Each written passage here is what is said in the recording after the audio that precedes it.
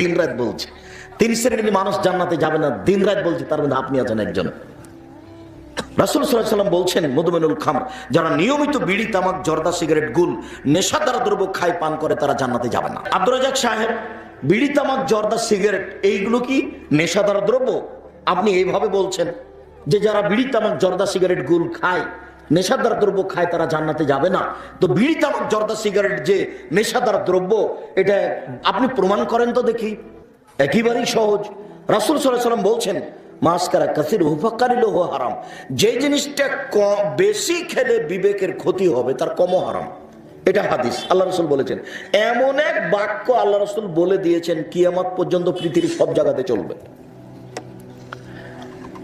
যে জিনিস বেশি খেলে বিবেকের ক্ষতি হবে তার কমও হারাম। তা আপনার পাশের একটা লোককে হাফ কেজি জর্দা খাওয়াইয়া দেন তো এখন, তারপর দেখেন তো কি হয়।